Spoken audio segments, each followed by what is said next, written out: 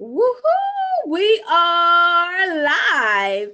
It is 30 interviews in 30 days, and we are excited about today. Normally, my guests, I actually know them personally, but Bev came very highly recommended from my coach, EJ. I can't even get his name right, so I won't even say his last name, but EJ, my coach. And this is Bev Weinberg. And she is the founder and CEO of Integrate for Good, which is a nonprofit. And their mission, they have a mission. I'm gonna let her tell you the mission, but the one thing that stuck out to me was how they want children to look at you as if you are just not different. We're all the same. Don't look at the differences. And that is something as a child that, I went through a lot, everybody looking at you, you're different. You got the teasing, the things and like that. So Bev, welcome to 30 Interviews in 30 Days. Tell me all about Integrate for Good. Oh, thanks. Thanks for having me. EJ is my coach too, and he does have a tough last name. Amazing. And I'm so thrilled he connected me to you. One of the, just on the huge long list of the things that he's done for me. So happy to be here. Thank you for featuring us. I love your 30 interviews in 30 days, and we're just thrilled to be here on day 9, celebrating this with you. Day 9, we're being kind. What is your tagline? Give me your tagline. Kindness isn't canceled. So that's why day 9 is kind. It's all about being kind, and kindness isn't canceled. So we're making sure of it. Yes, you are. That's right. So tell us about your mission. Sure. So the mission of Integrate for Good is really to empower people of diverse abilities to share their talent with the community. And we do that through inclusive volunteerism, through community leadership, and also through setting people up for meaningful employment.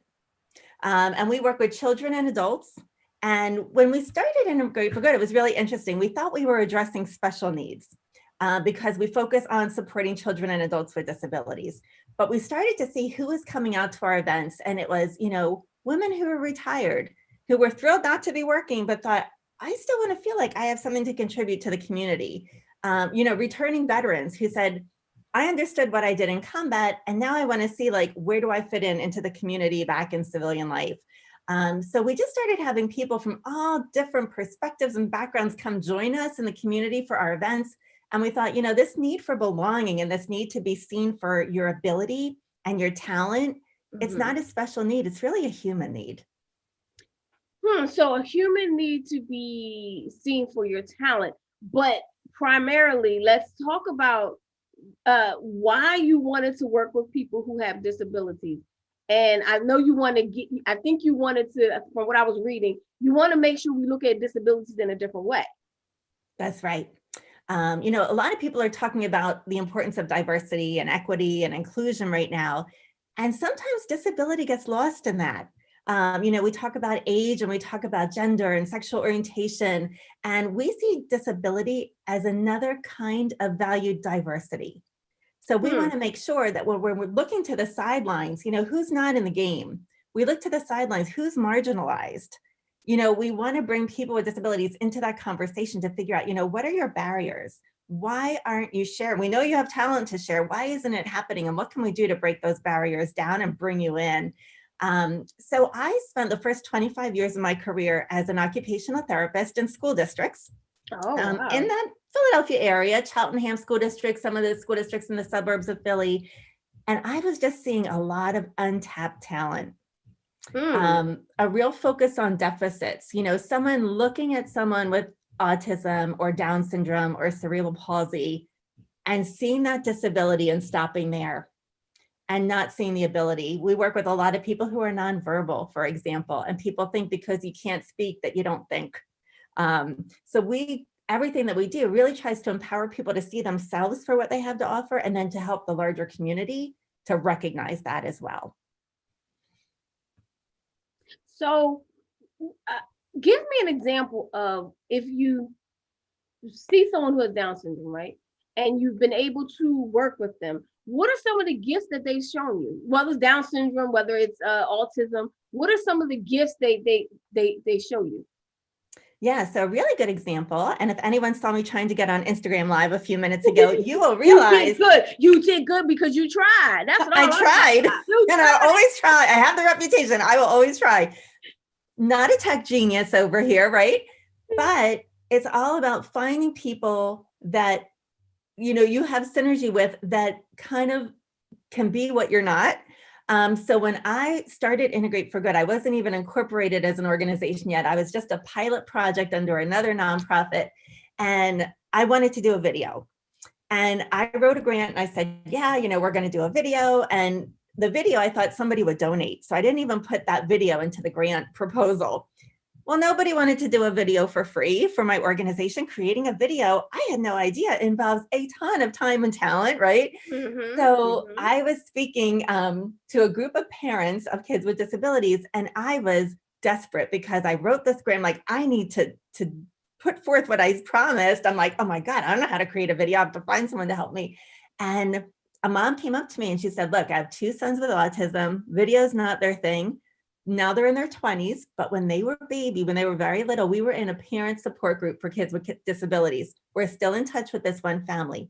Their son is a video genius. So they hooked me up with Nick Welsh, and Nick did a beautiful video. In fact, you'll see it on our website, integrateforgood.org. And then the one day I was venting to Nick because I said, Nick, oh my gosh, like everyone says I should be able to create my own website. I'm trying, and it looks like a kindergarten tech project, you know? And Nick said, Nick lives with autism, muscular dystrophy, social anxiety, like a laundry list of things that previously he was judged for, and people missed his genius. And I said, you do websites, really? And if you go to integrateforgood.org, I take no credit. That is 100% Nick's work. I do know. It is our Kindness Isn't Canceled campaign, that is all Nick. So for someone to look at Nick and look past the physical disability, to look past the autism, and to just look closer at him. And some people, when we speak, will come up to us and say, you know what? I heard what you're saying about disability, and I feel that way as an African-American man. People look at me, see my skin color, and make certain assumptions. People look at someone with a disability, and although it's for a very different reason, it's a shared experience. And we try to bring these groups together to say, you know what? It's not good that any of us are experiencing this, but there's power in us coming together and talking about how we can create a community where somebody like Nick can share his talent, that is his genius, you know, with everybody else. That is a genius talent. But when you look at autism, you can't always tell someone is autistic, right? No. And we work with some people we work with have obvious challenges. Other people we work with have what we call invisible challenges. So that goes back to our theme of kindness. You know, we've all been in the grocery store with that kid having a complete meltdown, you know, like, oh my God, you know, and I remember before I was a parent, I would look at that mom like, oh my gosh, like, what kind of parent are you? Like, get it together, you know. Well, then, you know, as I learned, you know, and as I came to appreciate, like, people don't need judgment. People need empathy, understanding, grace, patience. That kid, it might be that the lights in that grocery store are too much, the sounds, the smells. That kid could just be completely overwhelmed from that sensory environment. And we're looking at him like, oh my gosh, what a behavior problem. So those invisible, the people that experience like an invisible disability, sometimes parents will say that's harder because when their kids do things that are kind of out of what's considered the norm, people don't understand it because they don't know what's going on inside that causes it. So why your passion? Why you personally? Why is this your passion? Do you have someone in your family, your children? Why do you have a passion for working with people who have disabilities? You know, I think my passion, and I have 2 teenage daughters, neither one of them has a disability. When I was about 5 years old, I guess, when I was in kindergarten, I was, and even before that, I was born with just my feet toeing out like a duck. And they made me wear these shoes so that I would walk straighter. And they overcorrected it. So the point, my feet were turning in and I was tripping over my own feet. They decided to have some metal braces on my legs when I was about that young. And it wasn't a serious thing, but it was enough to make kids tease me and say I was a robot. Also, like my least favorite day of the week was Monday because it was gym. And, you know, we'd all be on that painted line on the gym floor. And the teacher would always pick captains to pick teams. Of course, I was never a captain, but I was always the last one. You know, this one was picked for this team. This one was picked for this team. And I was always standing there, like with a feeling of feeling like invisible, but so obvious at the same time. And one team would say like, okay, fine, we'll take her if we have to. But sometimes the teacher would say, you know, I remember our elementary school gym because it was so traumatic for me. Some people love sports and gym, and unfortunately, that's not me. Not me either. Now I do. Now I do, but then I did not. No, that teacher, she would send me up on a stage because like it was the gym and the stage in the same room in the school. And I would have to, and she said, you know what, this game's not safe for you. You go sit up there. And I would watch everybody else have fun when I knew I could play. And that's, I think I grew up, and that experience, although it was hurtful, it carried with me. And I remembered as a very young little girl, like what it felt like for someone else making the rules about whether you got to play or not. And I'm like, I was sidelined. And I remember what that felt like, to know like, if somebody would just let me play, like I could do this. So as I spent 25 years in my career seeing untapped talent, I think it brought that back to me. I'm like, this isn't cool. Like, this is unfair. It's not justice. And I think that was kind of the seed, you know, as our shared leadership coach says, like, sometimes you just get that seed. And I think that's what Integrate for Good grew from, was from that experience, I think. I mean, it has to. I mean, because when I looked through and I saw your actual one of your visions. I mean, I saw a few visions, but I saw one of that as one of your visions. So, do you do this full time as a nonprofit business owner? Is this your full time thing? So you gave everything up as far as the school, and you said I'm gonna do this full time. So how do you keep it all going? Huh? Yeah. So that, you know, you had to answer to a lot of people that said you're crazy, right? I had entrepreneurship can be crazy. Yeah, I mean, people, my parents, you know, my family, they're like, wait, you have this 25-year career in the school district, a steady, dependable job, and you're going to do what? And we're a 2-income family. So like, it's not like I thought, oh, I can just do something for fun. Like there's a responsibility to support my family. But I felt like it just kept calling to me. I'm like, okay, like I need to do this. And I started doing it part-time. And when you commit to anything part-time, it's a part-time commitment. And I knew that for this to grow into what I wanted it to be, I knew it was going to not happen overnight, but I said, this has to have all my attention if it's going to grow. So in 2019 in January, about a year and a half ago, little over a year, almost 2 years now, I incorporated on New Year's Day. I sat there on New Year's Day and filled out the incorporation paperwork for Integrate for Good. And I'm like, it's the first day of the year, like no more excuses. Like, we're going to go. You're going to go. And since then. And this is year 2. We knew year 2 would be the terrible 2 year. And then COVID happened. So we're like, COVID's trying to make sure we know that we're in year 2. But let's go with that. Let's go with COVID. I've noticed that you pivoted in a major way. When I looked through your Instagram, I saw all the virtual things going on. So you didn't miss a beat. It looked like everything was still distinct and you were going forward. So you didn't miss a beat. Tell me what that pivot was like. Yeah, I'm glad it looked like we didn't miss a beat, because to me, it was like a I said, scary time. It didn't look like you missed a beat. I felt like my heart missed a lot of beats. So yeah, pre-COVID, we were 100% based in the community. So our nonprofit actually does not have brick and mortar. So like we were at college and university campuses, we were in faith communities, we're in libraries, we're in senior centers, we're in corporations, leading these inclusive volunteer opportunities until March 12th.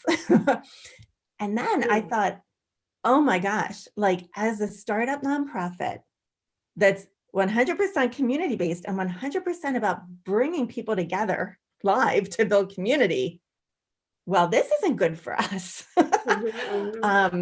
And at first I thought, well, like that's the end for it. Like we need to be like a turtle, pull our head in the shell and wait this thing out. So we moved some of our live events, pushed them to September, because we're thinking, oh my gosh, by September, we're going to be all done with this thing. We're going to be back to doing what we were doing. Well, we all know that didn't happen.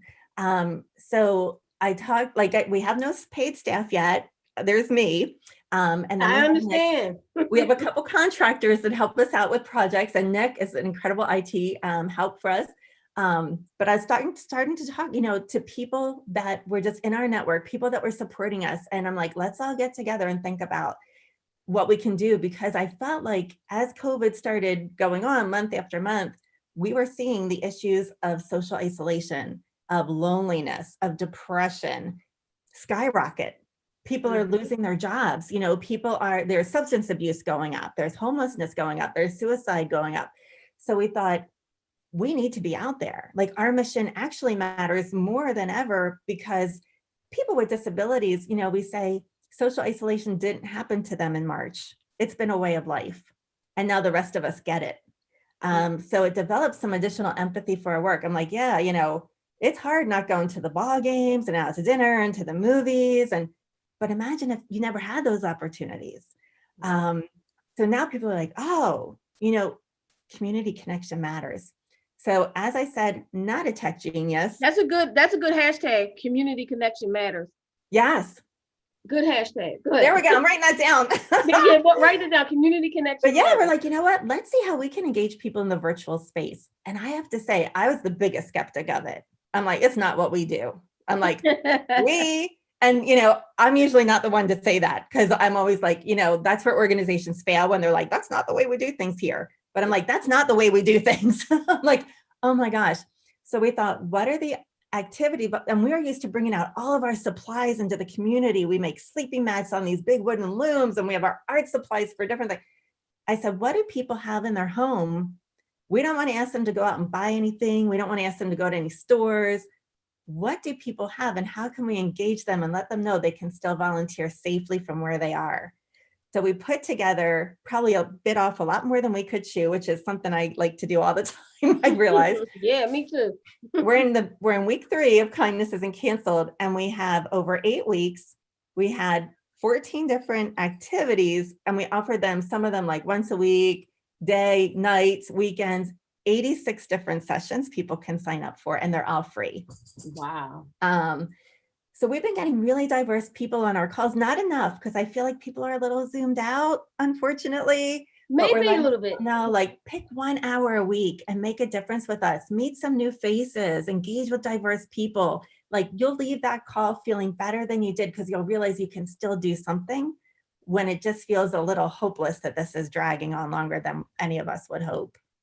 Absolutely. So walk me through some of the things you do. What you said that you don't have to buy products. I know you're on Zoom. So is it basically a call? Do you do any activities? What type of activities?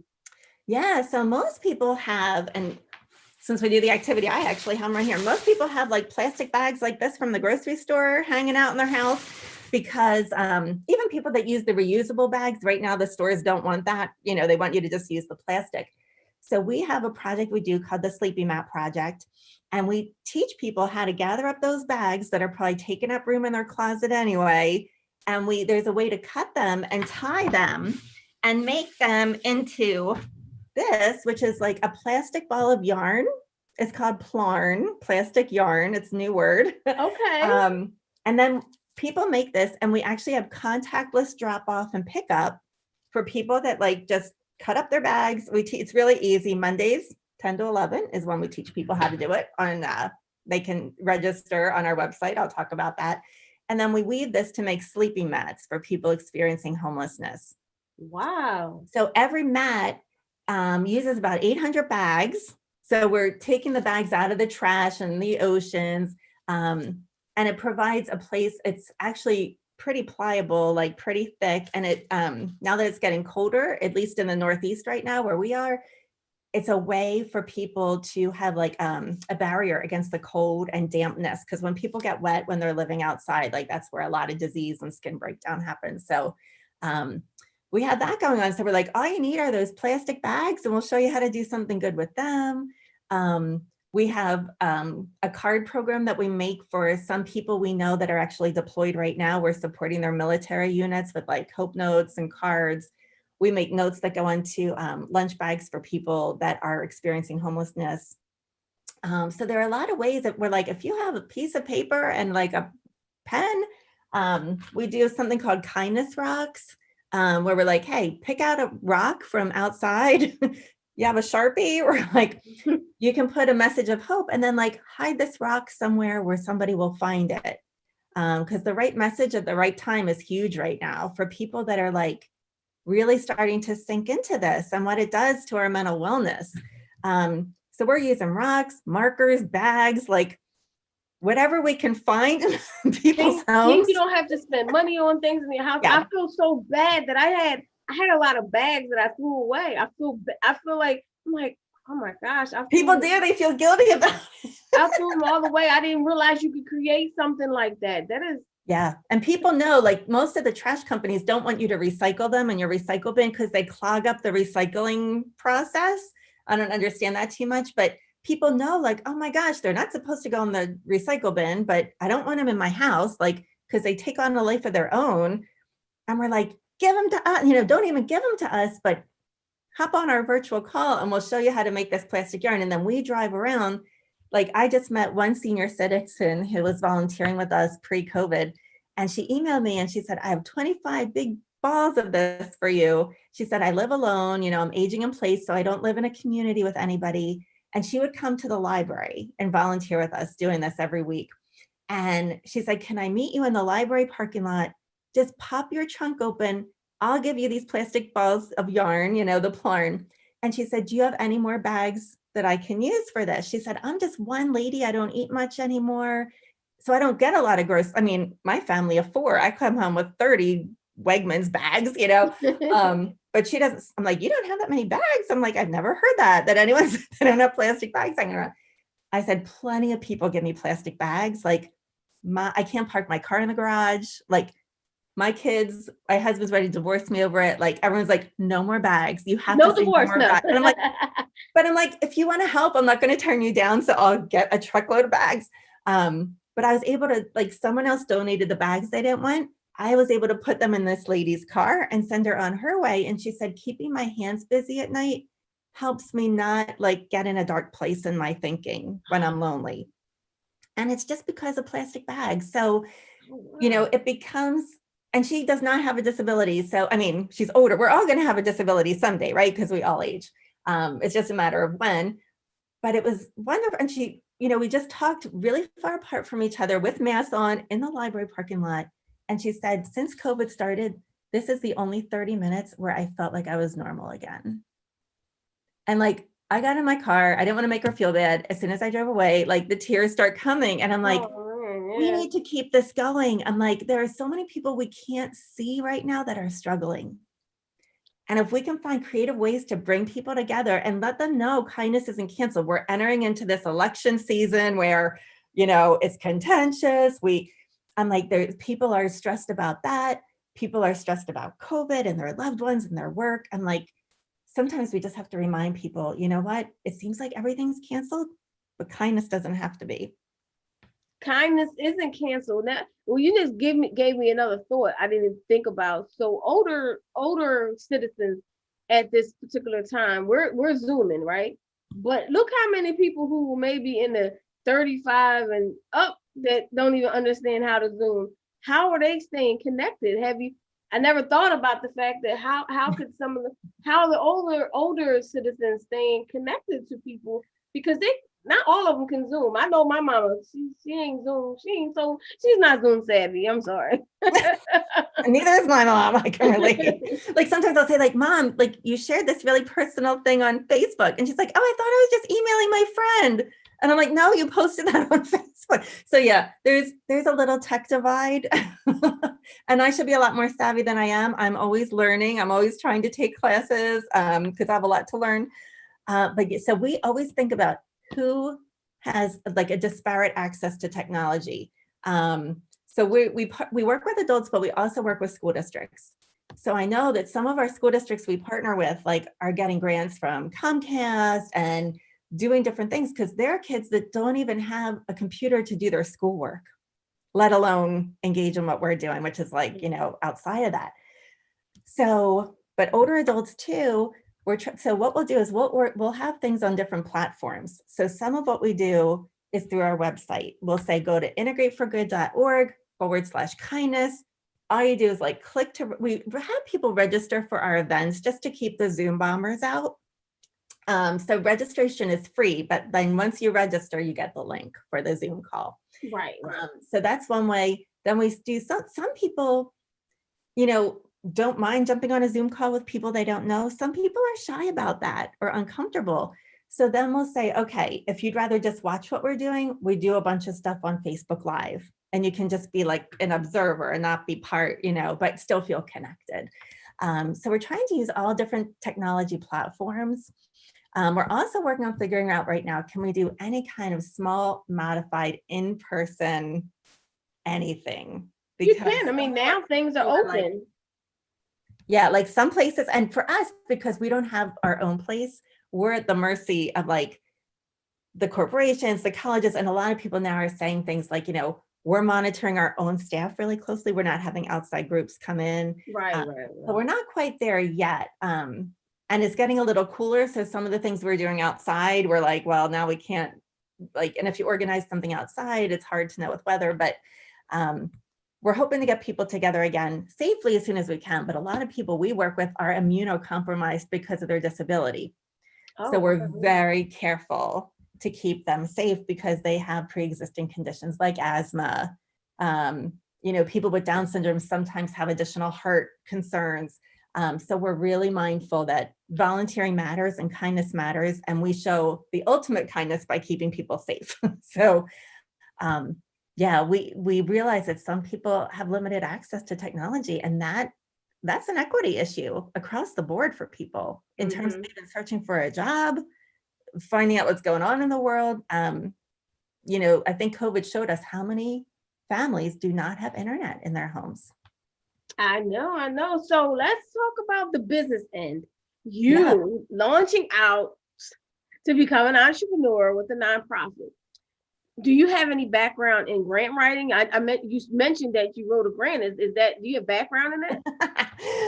No. Okay. No. What I tell people, I'm like, if you wait until you know everything you think you need to know to do something, you're not going to do it. Sometimes, like I tell people, I'm like, I decided to launch this plane in the air. And then I'm like, hey, how do you fly this thing? Where are the controls? So I love continuing education, and that's a priority we have in our organization for people with disabilities who don't get to have the continuing education opportunities a lot of us do. So whatever I don't know, like right now I'm in a marketing class because I'm like, oh my God, social media is passing me by, and marketing strategy and all this other stuff. So we think it's just really important for people to learn, and it's just as important for me. So I'm learning as I go. And some of it's trial and error. Like I took a grant writing boot. It was called like grant writing boot camp, and it was pretty brutal. But some people think I'm too young not young personally, the organization's too young to invest in, like any business, when you're under 3 years old, people are thinking you might fail. So some of it is just us growing into ourselves, but we've been very fortunate to get some corporate support and some small grants that we've been able to sustain ourselves through COVID. And we're so grateful we didn't have to shut down during this time, because people need what we're doing. Wow, they do. That's good. Look, you got grants during COVID to maintain during COVID. You got to teach you something about that. Listen, well, now you can teach it. Now you got to teach what you know. I think you just try, for people to realize, like, just get out there and try. Like in Integrate for Good, we say you either succeed or you learn. If you take failure off the table, you're going to take the risks you need to take, calculated good risks. But, if you think, oh my gosh, I don't know what I'm supposed to know yet, you're going to stay where you are. And we know, we want to grow. We want to continue to support more people. So I got to figure that technology thing out. But I feel like you are, because let's talk about Facebook Live. You're doing Facebook Live today, so you're doing that. So is that a regular basis? What is that? Yeah, so that's every Friday, 3:00. My co-host is Heather Michelson. She lives with Down syndrome. She is brilliant. She is my problem solver. She knows more about tech than I do. And we're interviewing someone who I just found out you interviewed. Phil Yudson is going to be our guest today, the founder of the Fulfill company. And we're thrilled to have him talk about his personal journey and what he does to empower kids. and other people, but his work with youth is just so awe-inspiring. So yeah, people can go to Integrate for Good on Facebook and see our Facebook Live. We always have a guest on or 2 guests on every Friday at 3. Every Friday at 3. That's part of your pivot. So you say you know tech, you don't know tech, but you actually were able to pivot along the way. So what are some other things that you plan on doing, post-pre, but to build and grow your company? What are some other things you plan on doing? A big thing we need is, we love to engage people in volunteerism. I turned down a lot of opportunities because we don't have the capacity. As one person, I can only be so many places at once, especially when we're live again. Even like just the greater Philadelphia area is huge, so when you're the one doing the grant writing and the bookkeeping and all that stuff, I feel like we could be doing so much more if I had a team. And I do have an amazing team of board members, of volunteers, some interns now, but we definitely need some staff. So that's a big focus for us, is to kind of grow to the capacity. We know what the needs are and we want to be able to grow to meet those. So looking for people that want to invest in this work, that think that it matters. Some grants they'll say, unless you're 3 years old, don't even apply. So the beginning, like forming any business, the beginning is the tough part, because you need to establish that credibility. You need to get that investment in. So people, that support us, individuals, corporations, the grants, it's all huge for us. Another thing we're going to be starting with Perkins Valley School District out in Collegeville is our first school district for this year. We feel like paper resumes don't do a lot to highlight the strengths and talents of most people. Mm-hmm. Definitely not people with disabilities, especially if they're nonverbal. So we make these digital portfolios that include photography and videography, digital testimonials, to really highlight people's strengths. It's hosted on their own website. They get a business card, share it with the community. And it's a really good tool for self-advocacy.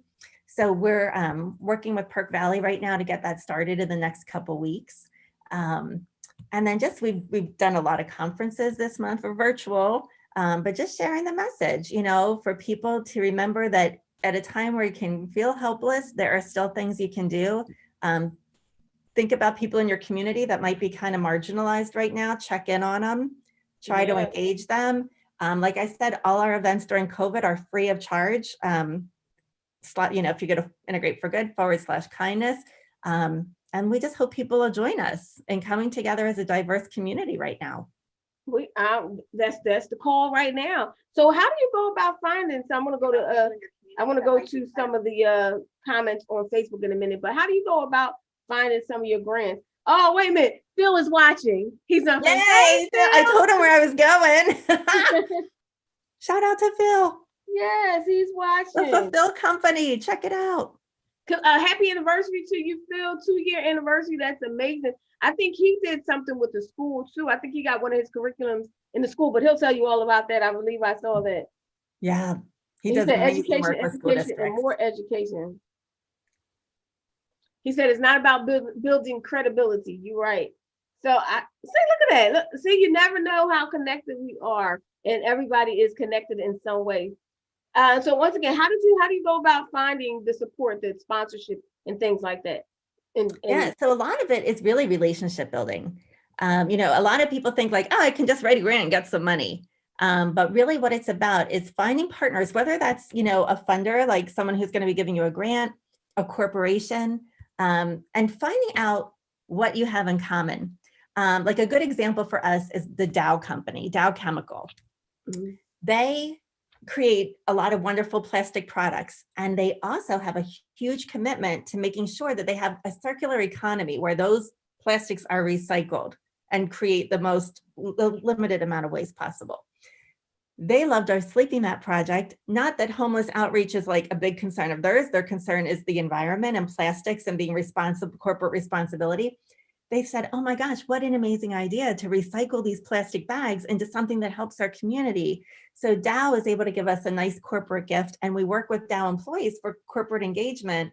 And our neurodiverse team comes in and leads those activities. So we have people with disabilities teaching Dow engineers how to recycle plastics and help the community. So it's leveling the playing field for who's a leader, who's a follower, who's the helper, who's the one that needs help.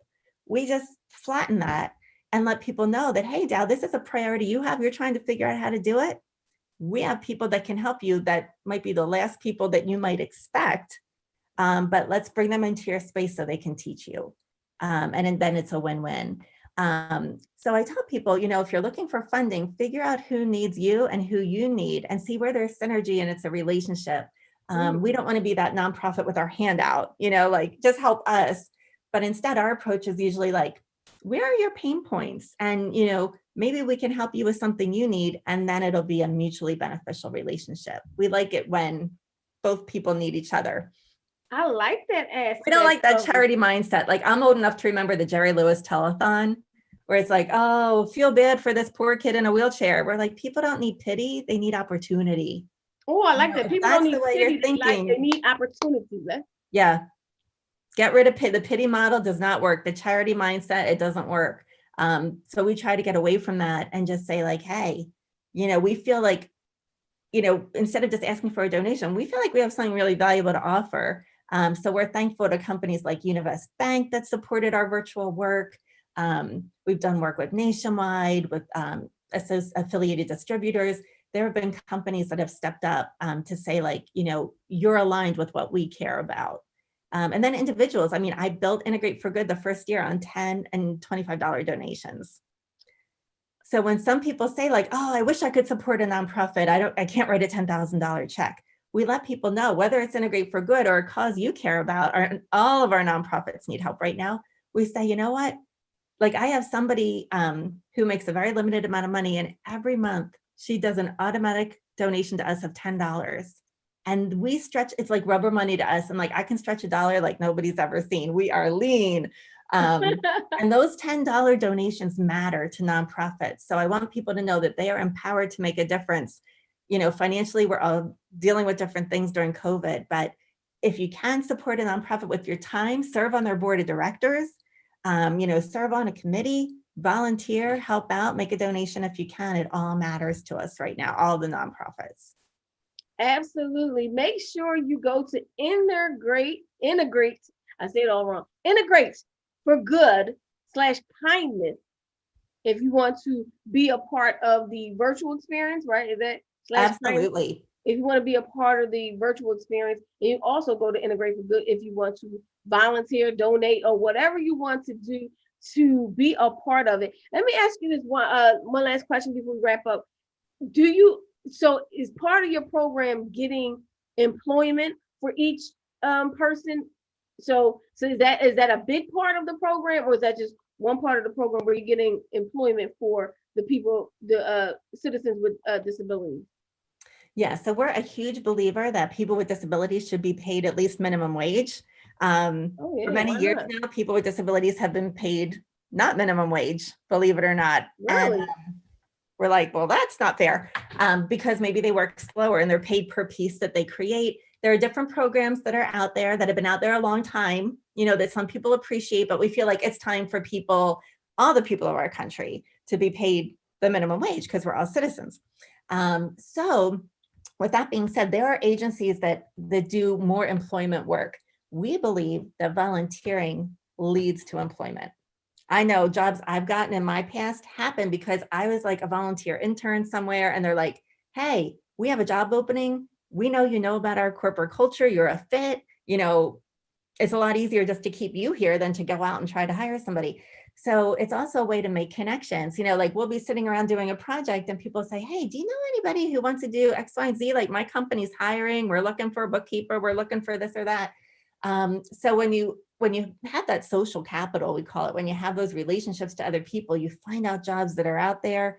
For some people with disabilities, through volunteering, they develop skills like, whatever they might need to work on that they didn't pick up in school. So, dealing with a supervisor, showing up on time. Like we work with a lot of young kids and we're like, okay, if you had a 15-minute break, we don't want you coming back in 30 saying like, oh, I started scrolling through my phone, sorry. No, that responsibility, time management, all those kinds of things, frustration tolerance, being willing to take risks. When you do that as a volunteer, you're setting yourself up to be a great employee. So we're actually just moving into the space now I just got certified to be able to do some different employment services within the state of Pennsylvania. So we're going to start helping people either if they want to be self-employed, we look at that. Some people want to be their own business owners, or helping people get paid employment. Our big focus though is the power of volunteerism and getting those connections, because we think most of us got our jobs because of somebody we knew. You know, some of us might be on LinkedIn or, you know, Indeed or things like that. But when we really look at the statistics, a lot of people say like, hey, I heard Merck is hiring. You know, it's either that lead or, you know, somebody in that company that can speak for you, give you a reference. The human connections are huge for employment, especially now when everything's kind of topsy-turvy. So yeah, we're just building up what we do for employment, and there's so much more we want to do. And with additional funding, we'll be able to like take it up that next level. To the next level. I'm ready for that, because the unemployment rates for people with disabilities are like ridiculously depressing. But I thought that it was from what I remember, that the companies get a special fee. I don't want to put this in a bad way, but there's companies that get extra money if they hire someone with a disability. Isn't that yes, there are programs out there that are like, you know, tax credits and other programs. In fact, I was just reading about one in Montgomery County. There's like for younger students with disabilities where like there's like, you don't, as a business owner, you wouldn't even pay for that employee. They're paid by this other governmental program, and you get that employee at no charge to you, although they're being paid at least minimum wage. You know, it's not like it's labor that's not, you know, they get paid, you know, a good wage. So yeah, there are programs that I encourage companies to look into that. And we tell people, you know, don't hire someone with a disability because you want to be nice. Hire them because they're going to impact your bottom line. Like Nick did for us. We'd never, ever be where we are without Nick creating our website and helping me with IT. Like I owe so much to him. He never went to college. I think maybe he's 20 now. But his talent was just untapped by other people. And I'm trying to raise money so I can snatch them all for myself. I've been getting him a lot of paid work because people are like, who did your website? And I give out, sometimes I don't even have my card and I have Nick's card. I'm like, hey, here you go, call Nick. But I'm like, someone's going to snatch him up if I can't keep him full time and I need him. So like I'm trying to raise him. I'm like, no, I have to raise money so fast so I don't lose good people. And I hire people. You have to raise money. There's a grant out there for it. Come on, everybody. I know. I'm like, who wants to make this happen? But yeah, you know, people with disabilities, they deserve to be in the fabric of community life, whether that's, you know, engaged in faith communities, engaged in employment, extracurricular activities at school. Like, we're all stronger when our community is a place where everybody has a place and everybody belongs. And, you know, we say that for people of any diverse group that feel marginalized, because it's a common experience. And when we come together and address it with diverse minds coming together saying, this isn't okay, it's 2020, like we can do better. That's when great things happen, when we just invite more people into the conversation.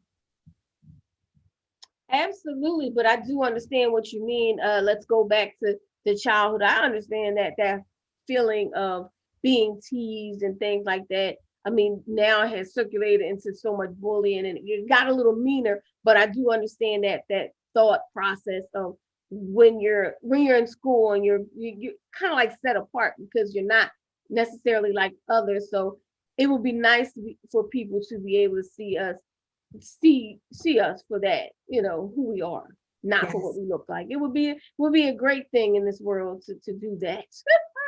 And, you know, let's keep that kindness going. And we're going to continue to make sure everybody go support Integrate for Good. Go to the website, integrateforgood.com. And what is your Instagram? Integrate for Good. Integrate for Good. Look, everything across the board is Integrate for Good. Grown Folks Radio said we're supporting you already because that's what we're on, grownfolksradio.com. You're welcome, Phil. All right, Catrice, thank you for watching.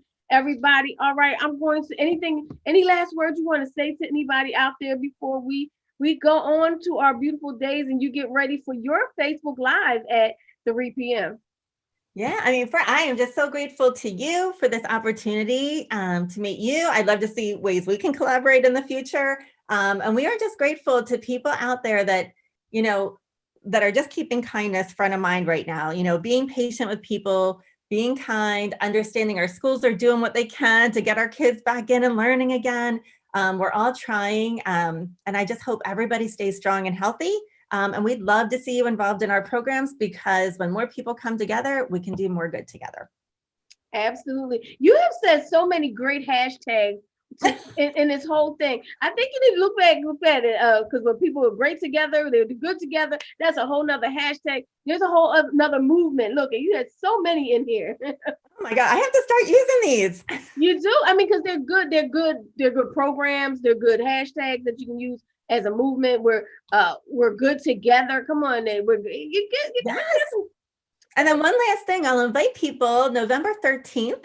It's a Friday night coming up, and it is World Kindness Day. There is such a thing as World Kindness Day. We're having a virtual event that Friday night, and we have a speaker, Jake Olson. He played football for USC. He was a long snapper. He lost both eyes to cancer by the age of 12. What? And played football for USC. And he says, my biggest setback became my biggest setup. And he is going to be our speaker that night. We are going to have amazing prizes, raffles, games. You register and get like a box in the mail before the event even starts, with all kinds of like good stuff in there. It's going to be a really fun night. So we're going to be launching that next week on our website, so people can register for that. Come out and hear Jake, have a really fun night with Integrate for Good. And we are looking for individual and corporate sponsors, because who wouldn't want to be associated with Kindness Isn't Canceled right now, right? So anyone who wants to sponsor those events, that we have the virtual events we have sponsorships for, but we're looking for some big sponsors to make World Kindness Day really matter and give away some big prizes that And that's going to be all virtual too. All virtual. All virtual. Wow. All right. Anybody I hear wish that? it could be live, but yeah, November 13th, keep an eye out for that. We'll be having it all over our website and social media, and we hope people will join us for that event. November Kindness 13th. Day. But I've never heard that. You said that he lost both his eyes to cancer at 12. Yeah, his first eye, he lost one eye before he was 1 year old. And then he fought cancer, I think 8 times it came back, and they were able to save his eye until he was 12. And then he lost his second eye. And right before he lost his second eye, he loved USC football. And the team had him come out and like meet the players and everything. And then he just practiced and realized that he could be a long snapper, and played some games, played some college football. And his story, like the way he uses his story to show how you can overcome adversity like that, it just blows your mind. So when we just actually secured him to speak 2 days ago, and I couldn't sleep all night because I'm like, no way. Because we're like, oh, we want to have like an athlete come speak, like somebody with a big name that's going to draw people. And then when I realized not only is he an athlete, but oh my gosh, like look what he teaches us. I thought, oh, perfect person for our event, because he has not accepted the limitations other people put on him. He did not. This is amazing. I can't catch a football with 2 eyes open. Well, yeah, no, I'm not quite a football. Although I do like to throw. I feel like I could do that. I could do that pretty good. You know, I can't catch, but I could throw really well. Now I want to go throw football. Actually, I told my sister I wanted to throw football as we worked out. Been in the car ever since. And she said it's been in the car ever since. Listen, I don't know why I want to go throw football, but I didn't get to do. You know, like you said, when I was a kid, I allowed most of my limitations to hold me back as far as people teasing me. Even if I thought in my spirit that I wanted to do it, I wouldn't do it because I didn't want people to tease me. But now I feel like I want to play football. I want to play basketball. It's like so many things I want to do that I didn't do because I don't think it was a limitation. It was my mind was limiting me. Like, no, they're going to laugh at me. They're going to laugh at me. They're not going to, or I can't do it. Oh, no. You know what? That bullying, I mean, that is how powerful bullying is, because kids absorb that. It becomes part of their own self-talk. And it does. I mean, it's a dream crusher. It is. Yeah. I never played a sport. And my older daughter, who's 15, she played volleyball. Look what I have now. Look at that. But she brought me to football. And I caught it. Look. See? That self-talk changed, and look what you're able to do. Yeah, I look at like these a kids, I'm prop like, in I your never hand. got to like wear a uniform, like be part of a team, like, and it was because I just told myself, oh, don't even try out. You're not going to make it. You know, you can't play that, you know, same thing like you, like, oh, they're going to make fun of me. And I let myself think like that. And I'm like, I missed out on a lot of fun opportunities. But yeah, that's why, I mean, I love what Phil does, you know, with empowering kids. Like he was sharing with us earlier at our diversity lunch and learn today, like he'll tell a kid, like, you know, I believe you can do this, whatever this is they're talking about. Really, Mr. Phil, like, you think I could do that? Like the power of letting anyone in your life know you believe in them. Like it seems so simple, but there's a simple act of kindness, right? Let somebody know, like, yeah, I think you can do this. And even if you don't think you can do it, if someone else says you can, like, that's so empowering. Like, if they think I can do it, then maybe I'll try. That's the truth. That's the truth. Believe it. You have to believe it. And I understand that's why I'm doing everything that I didn't do before. Look at her with the football in her hand now. With the football in my hand, yes. Look, I even have a good stance. Look, I have a good thing. I wish I could catch it on Zoom. I know, right? See, I even got a good form. Here you go. But yeah, I do what I wouldn't allow myself to do this before. I would have held myself back. I would have had this soundtrack in the back of my head. You're gonna laugh at you. You're not good enough. Blah, blah, blah. I would have had that soundtrack, but now I believe in doing everything and not letting it hold me back. So I'm with you. I am appreciative that you are here, and I learned so much. I learned so much, and I'm so appreciative. And whatever support we can offer, we will definitely do it. We are here. Grown Folks Radio, Indie Black Media Network, Sing on the Saturday Night. The whole team is here to support whatever you're doing, and especially since we have the same coach. You know what? We are on a team. How about yes, that? We are on the team. We're on yes. the EJ team. Yes, we are. Team EJ. Thank you, EJ, if you are watching out there in the world. I don't know, like a jersey or something. We need to get some swag for that. I know, right? Always need swag. Thank you so much, Bev Weinberg. Go to integratedforgood.com, Integrated for Good on social media. And then today at 3:00, you can watch her interview with Phil. She says his last name so well, I cannot do it. So go ahead, Phil, what? Phil, yes. And I think I might be butchering it. Phil Yasin. I could never get it right, but I just call him Phil. So Phil, thank you for watching. Thank you for but you can watch him at 3 on Facebook Live at Integrate for Good. I keep doing that. Integrate for Good. Integrate for Good. Thank you so much, Bev. Thank you, Shelly. And I hope this is just the beginning of great stuff we can do together. 100% it is. It is going to be so much more. I'm excited about everything you're doing. Oh, thanks. All right. Well, you have a great day. You too. Stay strong and healthy, everybody. Absolutely. Thank you.